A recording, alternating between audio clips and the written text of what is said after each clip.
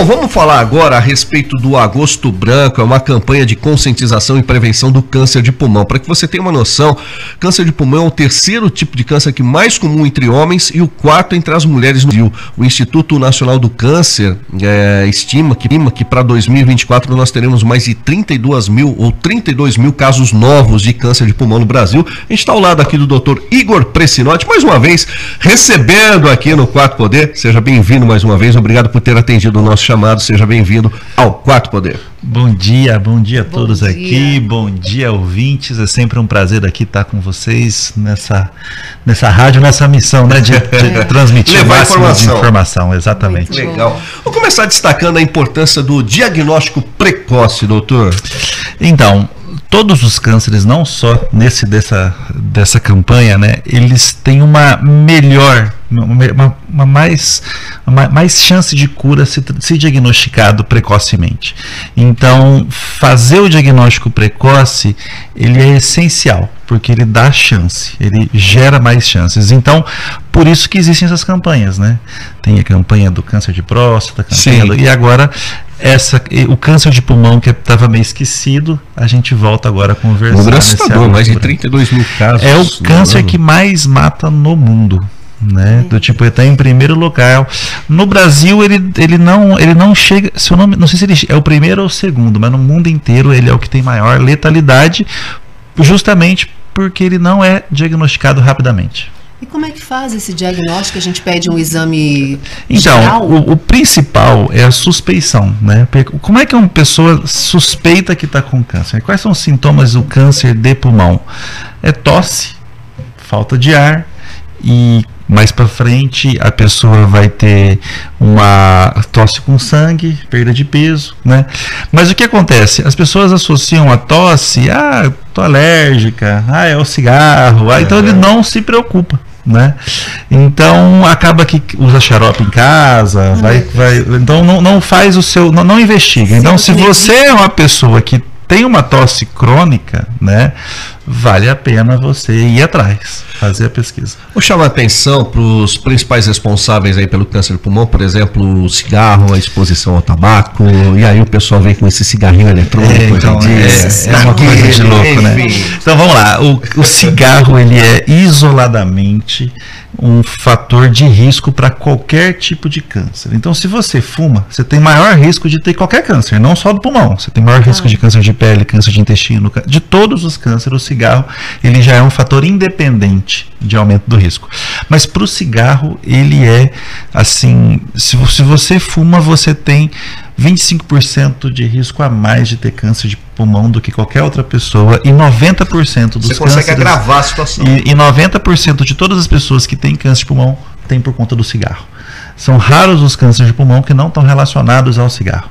A maioria, porque existem câncer de pulmão que não está relacionado ao cigarro, mas aí é 5, 10% no máximo. 90, 95% você está com câncer de pulmão porque você fumou, né? Então isso daí, o cigarro é um fator que... E é interessante que o Brasil é um case de sucesso no combate ao tabagismo, né? Se você for pegar as estatísticas brasileiras, o Brasil conseguiu diminuir o seu consumo de tabaco, com as leis muito restritivas e tal, só que agora está voltando na moda esses novos recursos aí, narguilé, que está quebrando um pouco cigarro isso, né? Mas cigarro eletrônico. Mas é interessante que, sabendo qual que é o problema, né, vamos parar de fumar. Então, as pessoas acham que o eletrônico, não faz tão mal assim, mas eu já vi que é tão prejudicial quanto. Eu já comentei isso, assim, eu vejo, tem um eletrônico e tem o narguilé, né? O narguilé, eu achava ele muito simpático, né? Porque as pessoas estão em conjunto naquele momento, dividindo igual um tereré. Esse é o problema, passar de boca é meio nojentinho, mas ele é socialmente simpático. Só que qual que é o problema? Antes eu fiz uma entrevista, eu dei uma estudada sobre os efeitos do narguilé, e aí a gente percebeu que já tem na literatura que uma roda de narguilé equivale a 200 cigarros. Então, se você acha simpático, não tem problema, porque o narguilé é só de fim de semana, naquele fim de semana você fumou para a semana inteira. Então, assim, narguilé não é mais seguro tá? Então, assim, uma roda de narguile. Ah, mas eu não sou fumante, eu só gosto de ficar junto. Você é um fumante passivo do mesmo jeito. de 200 cigarros, né? Então, ou seja, você está exposto do mesmo jeito. Então, o narguile não é tão simpático como parece. E o cigarro eletrônico, ele foi criado, né? A gente caiu nesse conto do vigário. Ele foi criado com um objetivo bem bonito, do tipo, para ser uma transição. Vamos parar de fumar, mas é difícil, então usa isso, que isso permite com que você diminua o cigarro de maneira gradual. Tipo enganar. Assim. Você engana seu corpo e fica mais fácil. Só que foi o efeito contrário, porque a pessoa, ela não parou de fumar e ela passou a usar o cigarro eletrônico nos locais que ele não conseguia usar o cigarro normal, porque não tem cheiro. Então, às vezes, é o que eu falo, às vezes eu já vi aluno, eu já vi aluno na sala de aula fumando, porque não tem cheiro. Aí eles, se não fosse pela fumaça, você não conseguiria ver. Então, esse cigarro eletrônico, ele gerou um problema pior do que tínhamos antes. E qual que é o problema também?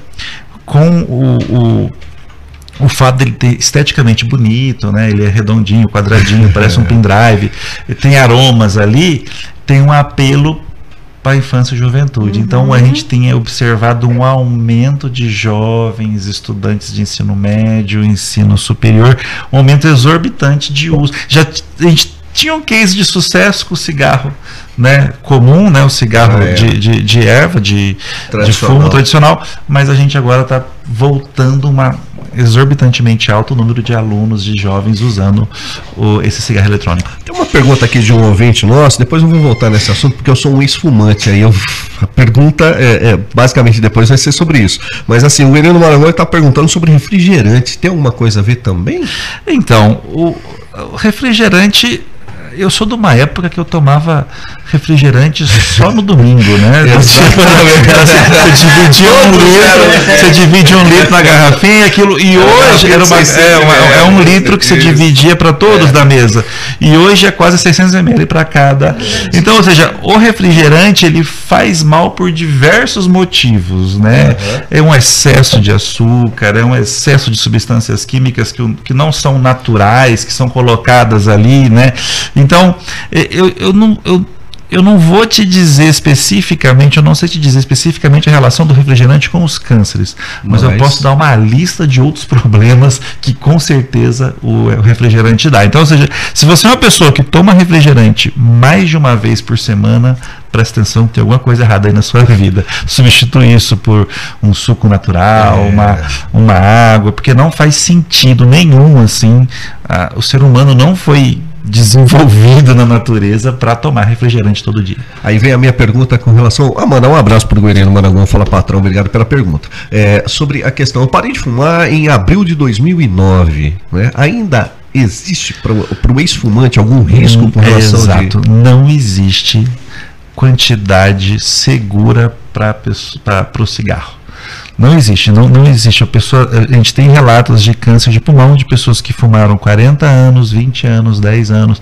O cigarro, foi o que eu falei, por si só ele já é um fator de risco para o câncer. Então, ou seja, não existe. Então, você tem um risco aumentado em relação às outras pessoas pelo fato de ser tomado? Sim. Só que, óbvio, esse risco ele diminui porque você parou, né? Você não continua fumando. Então, a sua diminuição, a exposição, gerou um risco, mas é um risco menor do que quem continuou. Entendeu? Agora também uma pessoal. Vamos lá. Que eu morro de medo. Eu tenho bronquite desde criança e eu corro de ambientes que fumam. Hoje, graças a Deus, não pode fumar em qualquer lugar, então fico mais tranquila. Mas, além de me atacar na hora, a bronquite, eu tenho medo de estar fumando passivamente e isso também me causar alguma doença no futuro. Sim. É muita loucura? Não é loucura, não. Não só pela bronquite. Já é estudado que o fumante passivo, né, assim, aquela pessoa que está em contato com quem fuma sem fumar, ela também tem riscos aumentados de bronquite, enfisema. Eu tenho paciente que tem enfisema pulmonar porque o marido fumou. Então, tipo assim, ela conviveu com o marido, nunca pôs um cigarro na boca, mas o fato de conviver na mesma casa, ela teve enfisema, coitado. O marido fumou pelos dois, né? Tipo, ela fumou, ela sem fumar, pegou. E isso também é o que a gente vê muito tempo, a gente fala assim, eu não trago, eu fumo, mas eu não trago, eu só ponho na boca pelo hábito. Tem muita gente que fala isso. Você é um fumante passivo, porque você está inalando a fumaça do seu cigarro. Então, não é porque você não está tragando que você não tem os malefícios do cigarro. E depois de fumar, a pessoa fumou, enfim, e ela teve o câncer de pulmão. Isso fica na genética, pode ir para o filho? Não. É que assim, existem fatores genéticos que predispõem ao câncer. Porque o câncer, ele é qualquer câncer, porque quando a gente fala câncer não é uma doença só, são várias doenças, né? Mas a gente agrupa tudo na palavra câncer.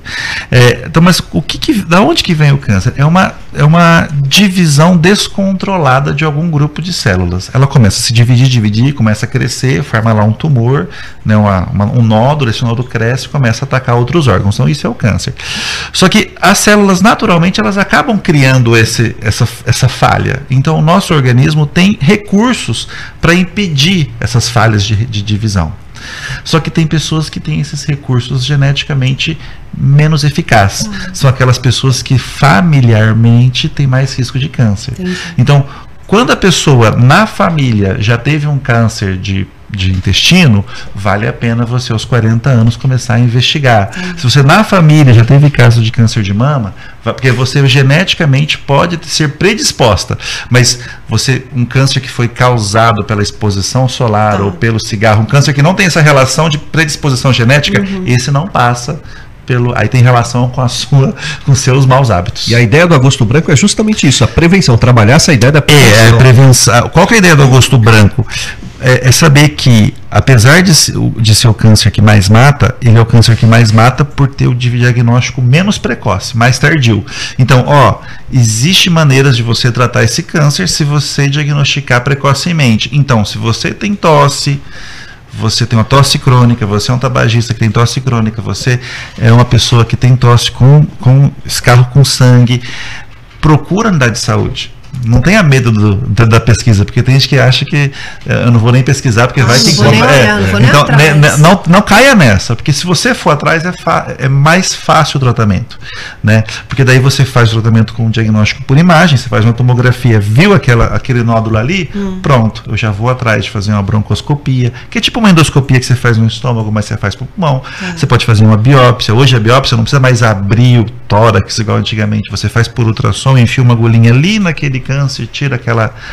Então, existem terapias mais fáceis, métodos de diagnóstico menos invasivos, menos agressivos, que são possíveis se você tem um diagnóstico recente. Então, se você está começando a ter uma tosse, falta de ar, escarro com sangue, não se automedica, não toma chá de guarda. Não adianta, porque não vai adiantar. Vai na unidade de saúde, que eles vão te pedir um raio-x, uma tomografia. Se deu normal, ótimo, né? Então, alergia, mas faça a investigação. Esse que é a mensagem. Diagnostique precocemente, porque com diagnóstico precoce você tem um tratamento mais fácil e mais eficaz. E aí entra o apoio também a pacientes e familiares de hoje muito maior, né? Há uma rede de apoio muito maior. Sim, hoje em dia a gente tem uma rede de apoio muito mais simples. Antigamente, até a questão do tabaco, muitos pacientes meus falaram que aprenderam, mais antigos, que aprenderam a fumar com o pai, né? Sim. Na roça, né? Na hora de para espantar mosquito. Hoje você tem uma rede familiar que está em cima, você tem apoio de parentes, a unidade básica de saúde está com os programas de saúde da família quase que 100% da população coberta. Então, não tem desculpa. Assim, nós precisamos ter a consciência dos sintomas para poder buscar ajuda. E assim, né? Eu sou de uma geração que pessoas fumavam dentro de ônibus, professores fumavam dentro de sala de aula. Era muito comum. Dentro do carro todo mundo fumava. E é interessante que, assim, eu falo que é um case de sucesso do Brasil. A gente fala assim, o combate às drogas não funciona. Funciona. O Brasil conseguiu fazer um combate muito eficaz ao tabaco. Entendeu? É porque não teve a mesma vontade política nos outros órgãos, nas outras drogas que teve no cigarro. Porque é só manter o mesmo rigor, as mesmas multas, Não é fazer o que está fazendo, né? Mas assim, se tem vontade política, no cigarro deu certo, dá certo com outras. Aí agora a gente tem que ter essa mesma vontade política com os cigarros elétricos, né? Mas é que isso ainda não caiu aos olhos dos políticos. Os filhos dele não estão usando ainda. Claro que os filhos deles. Porque existem não só câncer por o cigarro elétrico, o problema nem é esse. Existem doenças inflamatórias relacionadas ao cigarro elétrico que pode até matar. Entendeu? Porque o que é o cigarro elétrico? Você tem água com substâncias nutritivas, que muitas vezes com baunilha, chocolate, café, que geralmente elas são aprovadas para consumo oral, para você pôr no bolo, não para você respirar aquilo, né? Então aquilo é muito inflamatório. Lembra muito lança-perfume. E aí você tem também aquilo para ser misturado com a água, geralmente eles põem glicerina. Então você está cheirando glicerina. Então isso gera um processo inflamatório tão grave no pulmão que eu já tive internações aqui em Birigui de pacientes com uma doença inflamatória relacionada, que lembra muito o Covid, aquele pulmão assim todo inflamado, que o paciente às vezes chega a ir a fazer assim, entubado e tal, grave, por conta de cigarro elétrico, então, eletrônico. Então, ainda não está nos olhos da população, mas no dia que tiver, e se eles usarem o mesmo rigor que eles usaram para o tabaco, para o cigarro eletrônico, esse problema acaba. Doutor, mais uma vez, obrigado pela sua participação aqui com a gente no Quarto Poder. É sempre muito bom ter a sua visita aqui com a gente. Eu agradeço o convite, estou à disposição para novas conversas. Um abraço a todos.